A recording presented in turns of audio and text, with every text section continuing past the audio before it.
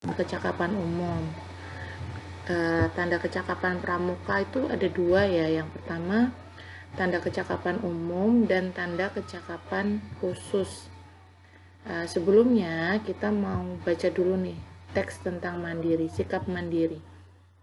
Salah satu ciri-ciri anggota pramuka, dia memiliki sikap mandiri gitu.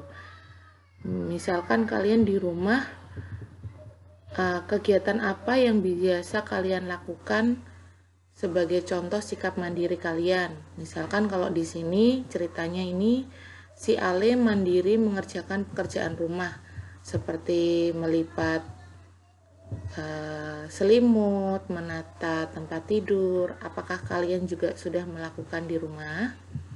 Ya, pastinya kalian juga sudah melakukannya di rumah ya, membereskan tempat tidur sendiri minimal. Oke, itu salah satu ciri sikap mandiri seorang anggota pramuka. Yang kedua, kita mengenal tanda kecakapan. Nah, di sini ada dua macam, tadi Bu Dita sudah sebutkan. Tanda kecakapan itu ada tanda kecakapan umum dan tanda kecakapan khusus. Yang pertama, tanda kecakapan umum. Tanda kecakapan umum digunakan oleh seluruh anggota pramuka. Tanda kecakapan umum terdiri dari tanda tutup kepala dan tanda pelantikan. Selain itu, ada tanda barung dan tanda pramuka sedunia. Contohnya ini. Coba dicek di seragam kalian masing-masing, sudah ada tanda-tanda seperti ini belum? Ini tanda tutup kepala. Biasanya di topi ya, ada di sini seperti ini. Yang kedua, tanda pelantikan. Yang ketiga, barung. Barung ini tergantung barungnya apa. Ada barung hijau, barung merah, barung putih, barung kuning. Itu tanda regu. Dan tanda pramuka sedunia. Ini juga ada ya di baju kalian ya. Ini seperti ini lambangnya. Dan yang kedua, tanda kecakapan khusus.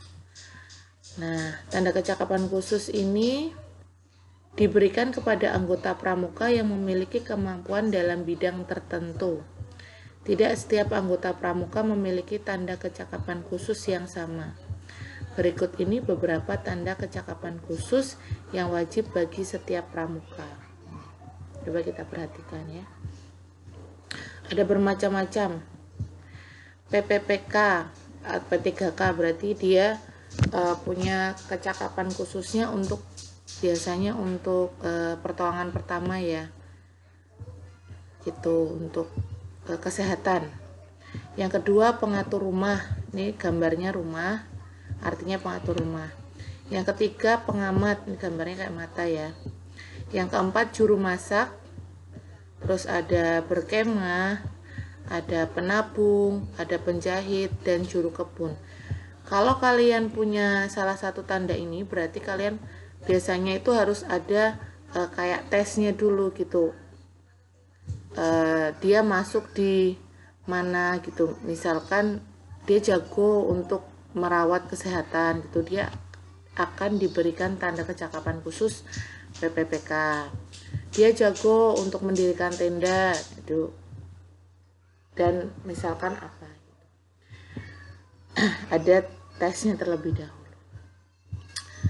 Nah, misalkan ini, terus ada lagi nih keamanan kampung dan jalan kaki. Ini salah satu contoh menentukan tanda kecakapan ya. Kita sudah membaca teks tentang sikap mandiri. Kita juga sudah mengenal tanda kecakapan pada pramuka. Sekarang kita akan menentukan tanda kecakapan. Kita dapat menentukan tanda kecakapan yang dimiliki Ale berdasarkan teks. Ale dapat mengerjakan pekerjaan rumah, memasak, dan menjahit. Jadi mana aja dari teks yang tadi, ternyata Ale itu teks yang awal tadi ya, tidak Bu Dita baca ya, tapi ini dia mengerjakan pekerjaan rumah contohnya. Nah, di sini disimpulkan Ale dapat mengerjakan pekerjaan rumah, memasak, dan menjahit. Kira-kira mana aja yang bisa didapatkan Ale sebagai tanda kecakapan khususnya? Oh, ternyata ia memasak. Ini kan juru masak. Terus pekerjaan rumah, oh dia mengatur rumah. Oke, dia dapat tanda kecakapan khusus pengatur rumah. Dan menjahit, ada gambar mesin jahit. Begitu caranya ya untuk menentukan tanda kecakapan. Nih, menuliskan tanda kecakapan, menuliskan tanda-tanda pramuka sesuai gambar. Setiap anggota pramuka memiliki tanda kecakapan yang berbeda. Kali ini kita akan menentukan tanda kecakapan yang tertempel pada seragam pramuka. Kita perhatikan seragam pramuka yang dikenakan Uni. Kita tuliskan tanda kecakapan umum dan khusus yang dimiliki Uni. Ada apa aja sih tanda kecakapan Uni nih? Di sini ada kuning. Ini ya tanda kecakapannya kuning. Aduh. Apa Mi? Terus ini ada hijau di sini 2. Ya, ini ada tanda barung ya. Oke.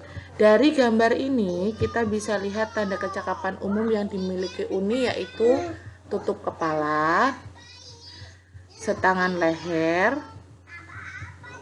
dan pelantikan. Tanda kecakapan umum didapat Uni karena menjadi anggota pramuka. Sedangkan Uni juga memiliki tanda kecakapan khusus. Tanda kecakapan khusus yang dimiliki Uni yaitu tanda menjahit. Ini ada tanda menjahit ya di sini. Ini ada menjahit. Terus ini ada tanda menabung yang sini dan memasak di sini. Uni mendapatkan tanda menjahit karena pandai menjahit. Tanda kecakapan menabung Uni dapat karena ia rajin menabung, dan Uni mendapatkan tanda kecakapan memasak karena di rumah ia suka memasak. Jadi begitu ya untuk tanda-tanda kecakapan. Disimpulkan bahwa tanda kecakapan ada 2 macam. Yang pertama tanda kecakapan umum yang pasti ada, dan yang kedua tanda kecakapan khusus karena kita bisa melakukan sesuatu. Ya, terima kasih. Sekian materi dari Budita tentang tanda kecakapan untuk anggota pramuka. Wassalamualaikum warahmatullahi wabarakatuh.